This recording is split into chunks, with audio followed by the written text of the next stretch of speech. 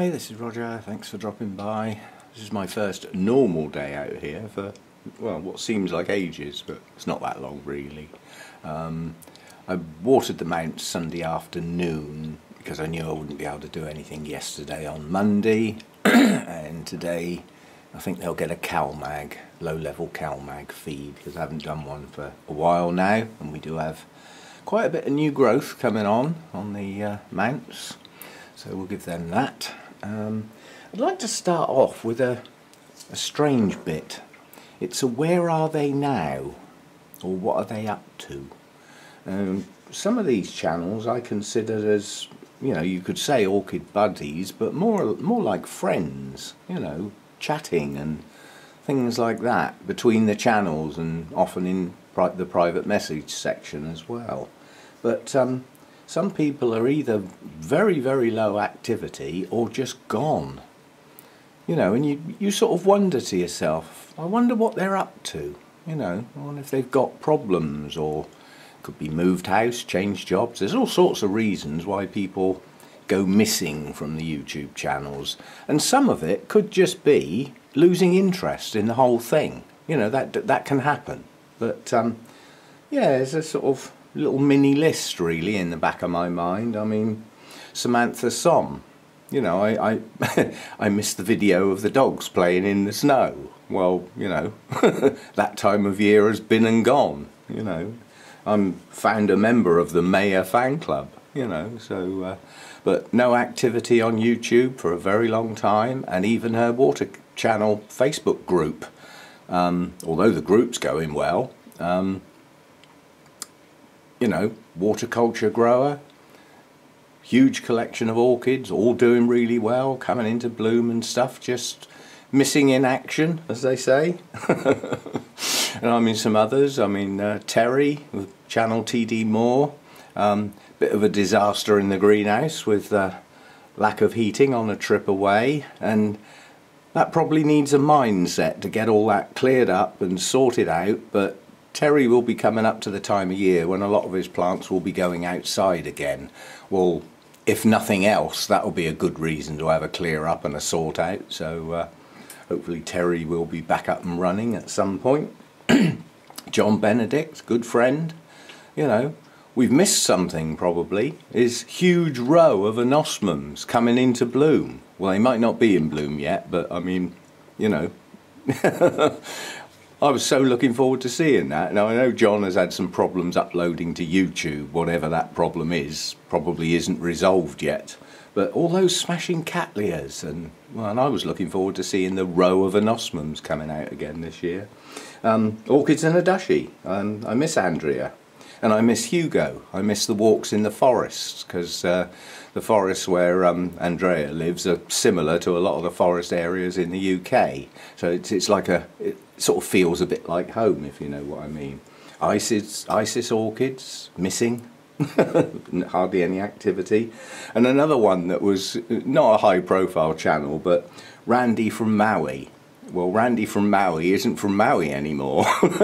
And I think that may be part of the lack of interest or anything. I used to look forward to those walks around those outdoor spaces and all those orchids hanging on, you know, fencing and trellises, and you know, it was like walking around an orchid paradise. So you know, Libby's little garden, you know, all over every channel. And suddenly nothing since Christmas, I think, you know, missing in action. Michael Pye isn't doing so much recently. You know, it's nice to have a look at some orchids that are totally in an opposite season from Australia. You know, our spring is their autumn and all that sort of thing, and a lovely collection, you know. So, you know, and Bumblebee doesn't seem to be doing as much as she used to. I used to like listening to that nice soft voice talking about the orchids.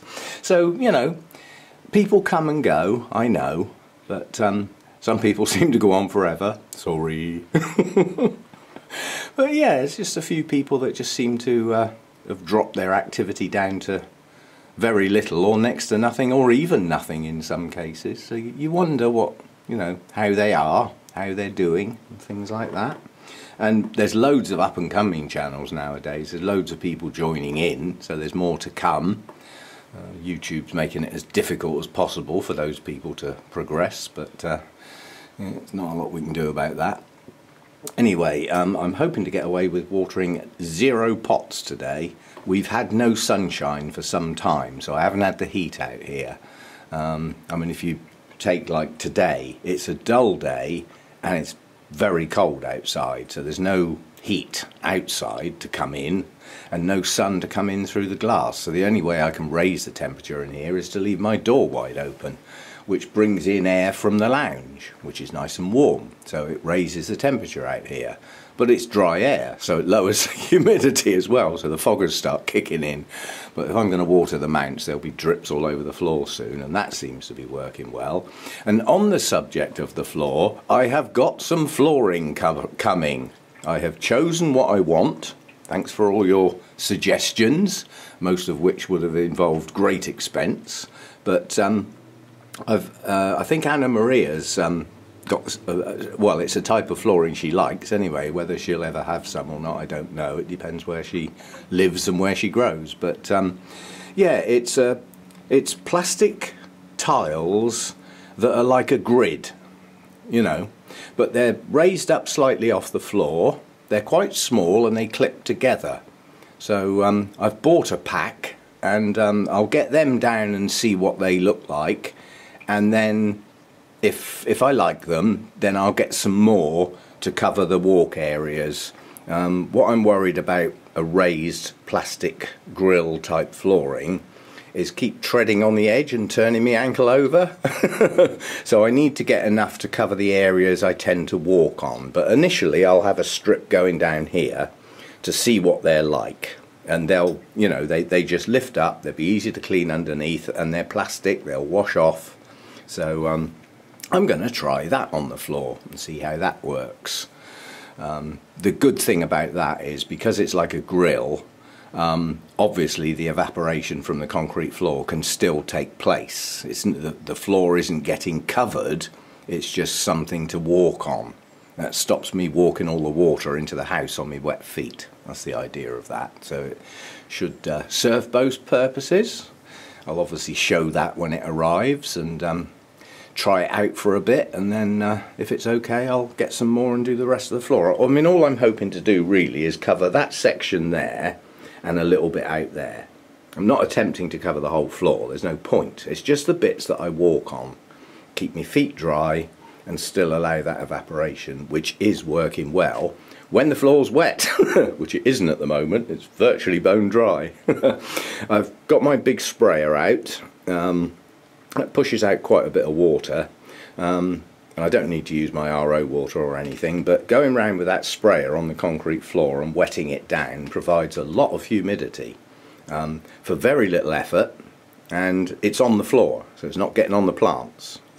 Personally, I don't like getting my plants wet, so trying to get humidity by spraying the plants I don't need to do, because I can keep the air humidity high.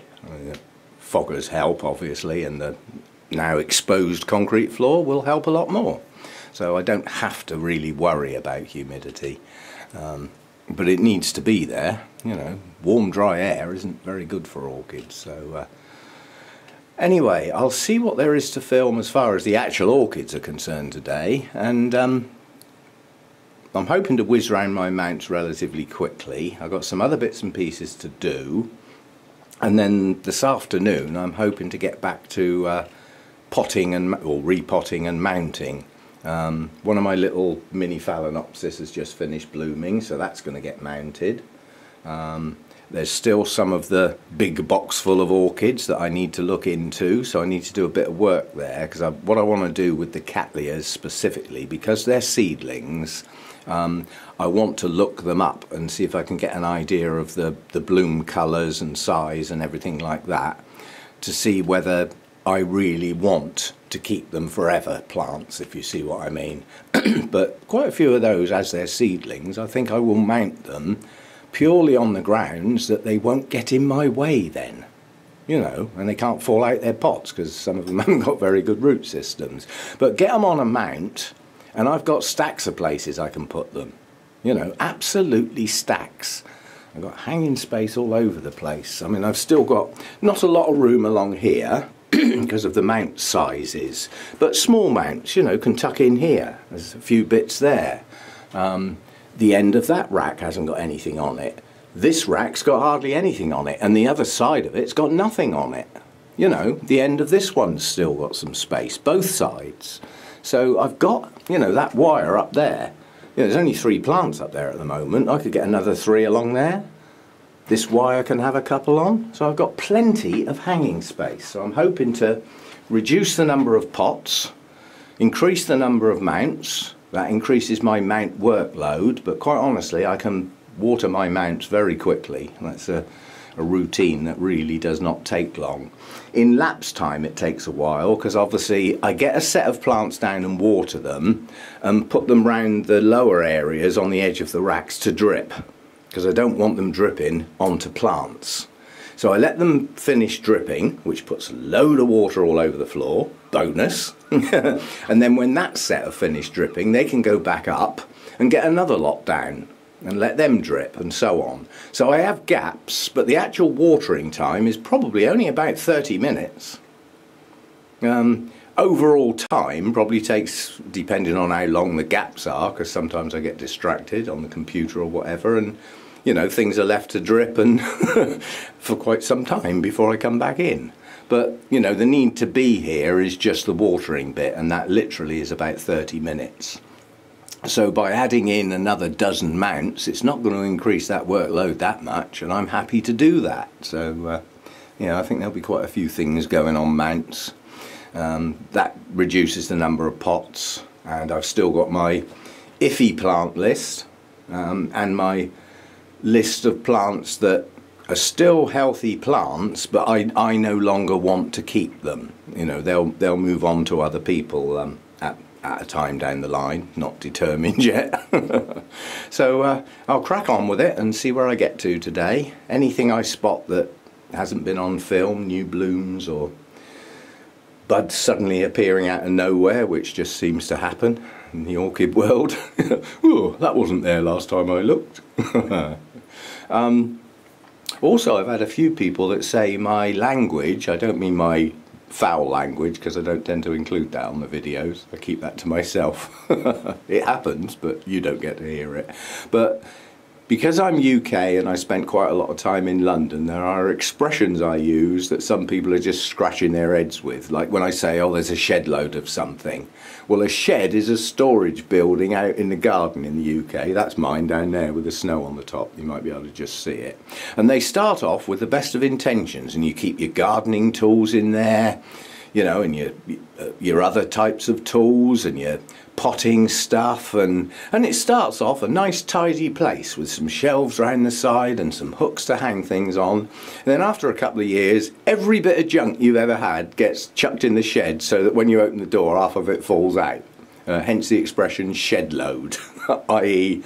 a big load. That's all it really means. Iffy plant list, you know about that, and yeah, I'll have to watch my expressions, because a fair bit of it is Cockney slang, and it doesn't translate to other countries, basically. It doesn't even translate to a lot of England, come to think of it. But anyway, you know, we need to watch what we say and make sure that what we say is understood. And I know I use some expressions that some people might not understand. Or just ask, I don't mind explaining.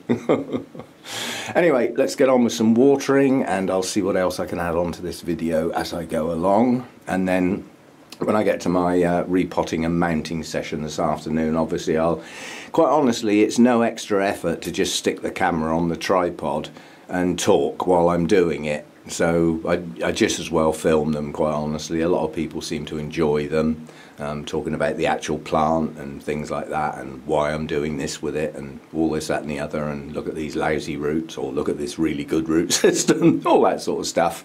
And quite honestly, when I'm doing that with the camera sat on the tripod, apart from remembering that the camera's there and watching my mouth, all I'm doing is thinking out loud, if you see what I mean. So it doesn't take that much longer because I'm filming. I just have to remember to think out loud. That's all it is. Those videos are just thinking out loud.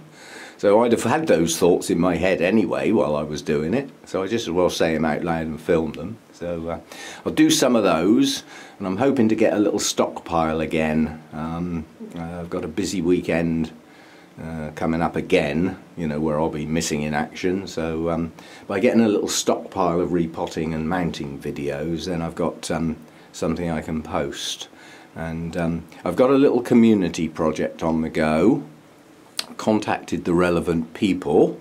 Unfortunately 2 out of the 3 are away this weekend, but a year ago, almost to the day, John Greco from sunny Barcelona bought myself, Danny and Rachel a very rare orchid, only a seedling, and then got one for himself. So there are 4 of us with virtually, what were virtually identical plants a year ago. Now they may still be identical if they're anything like mine, because it hadn't grown much, very slow grower. And you're looking at 10 to 12 years to get to blooming size with this plant. So it's going to be, I might not even be alive then, who knows. But yeah, the idea was for us all to revisit those plants and post the video this coming Saturday. Now I know John's away on the Saturday, but he said, if he films it beforehand, he can just make it public basically, so just set it up as a private video, and then you can just tweak that setting on YouTube from your phone and it'll just load.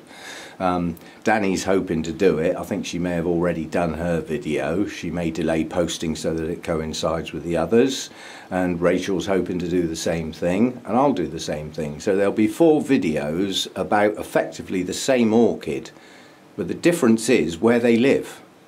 We got one in Ireland, one on the south coast of the UK, one in southern Spain, and one in Cyprus. These are all quite different environments, certainly as far as the weather and things like day lengths are concerned.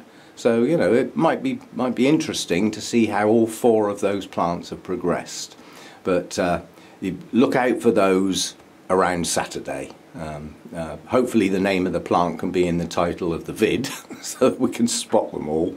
But if it works okay and all 4 videos end up there on Saturday, I'll do a quick playlist so that they're all tucked away together if anybody's interested. But it's a very rare orchid. It really does not come up very often. So we'll have a go at that, and I need to get on with some watering. But there's a job I absolutely have to do before I start watering. It's called coffee! Well, if ever a plant justified the winter rest, this is it this year. Oh boy, oh boy, oh boy. I think last time I filmed this, because it had buds coming, spikes growing, buds, I think we counted 10. Well, I thought we'd have another go. This does mean getting down on my hands and my dodgy knee, or you keeping on about getting the carpet up. 1, 2, 3, 4, 5, 6, 7, 8, 9, 10, 11, 12, 13, 14, 15, 16, 17-ish. And the fact that it's now starting to push out new canes in this section, it may not have finished yet. But at this count we now have 17 spikes. What have we had in the past? 1 spike, 2 blooms. So I think we're going to get, I think we'd class that as pretty good progression. Oh, and we're starting our new growths as well. Down the bottom here, yeah? So the new growths are starting too. So this are a good time to chuck some CalMag in it. Get those spikes going, those buds swelling. Some of these actual spikes have got 4 blooms on. So the number of blooms, 17 spikes, if we set an average of 3 blooms per spike, trouble is they're not all going to come out together.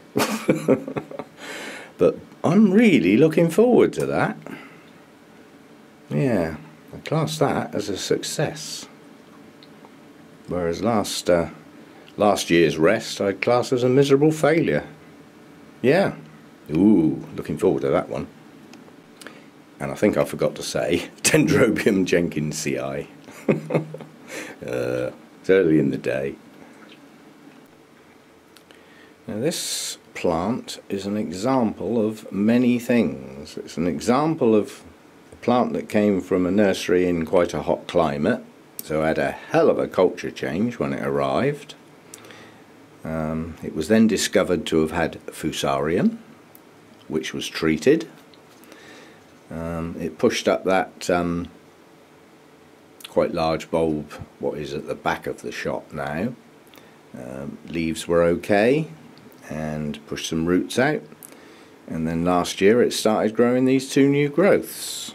They're pushing on nicely and quite honestly should bloom. But look, those two new growths are starting to mature, and they're only just pushing out their new roots. After all that time and growth, they're only just pushing out a new root system. So, I mean, this is mounted, so it doesn't matter so much. But that's the sort of thing why I like to keep notes on when the new roots show. Because if you think about it, if it didn't have a particularly good root system, and the new growth started, and I repotted it and disturbed what wasn't a very good root system in the first place, it would have had to have survived on what was left after that repot, probably for about 6 to 9 months prior to a new root system coming out. So that if that was in a pot, the time to repot that one is not when the new growths show. Time to repot that one is as the new growths mature, and watch for the new roots, and then get them straight into some new media. So well, that's a typical example of why I keep notes about when the roots come out. Yeah, it helps me decide when repotting. As I say, this is a mount, so it doesn't matter so much, but the logic stands either way. This one's got one of those funny little new growths that pushed out towards the back of the plant, doesn't seem to want to grow. Think why. Yeah, if this plant had Fusarium, it'll be the back two bulbs that were infected. Discovered probably when I cut the one off behind it. Yeah? Well, Fusarium, you might be able to stop it and sort of kill it off, but you can't undo the damage that was done. And the part of the rhizome that would have had that in it is where that new growth's trying to grow. And all the nutrient pathways are bunged up. So that little growth can't get any. So it can't really get going. The only way it's going to survive is if it can push some new roots out as well. And then it'll create its own little world. Hopefully free of the dreaded. But I mean, that one's grown on well and clean. So I would say we've got past the worst of it. And yeah, nice new set of roots just pushing out there. Some will go back into the moss and onto the mount. Some will probably end up aerial this time. But nonetheless, coming on well. And that's Miltonia Queen Anne, Miltonia hybrid.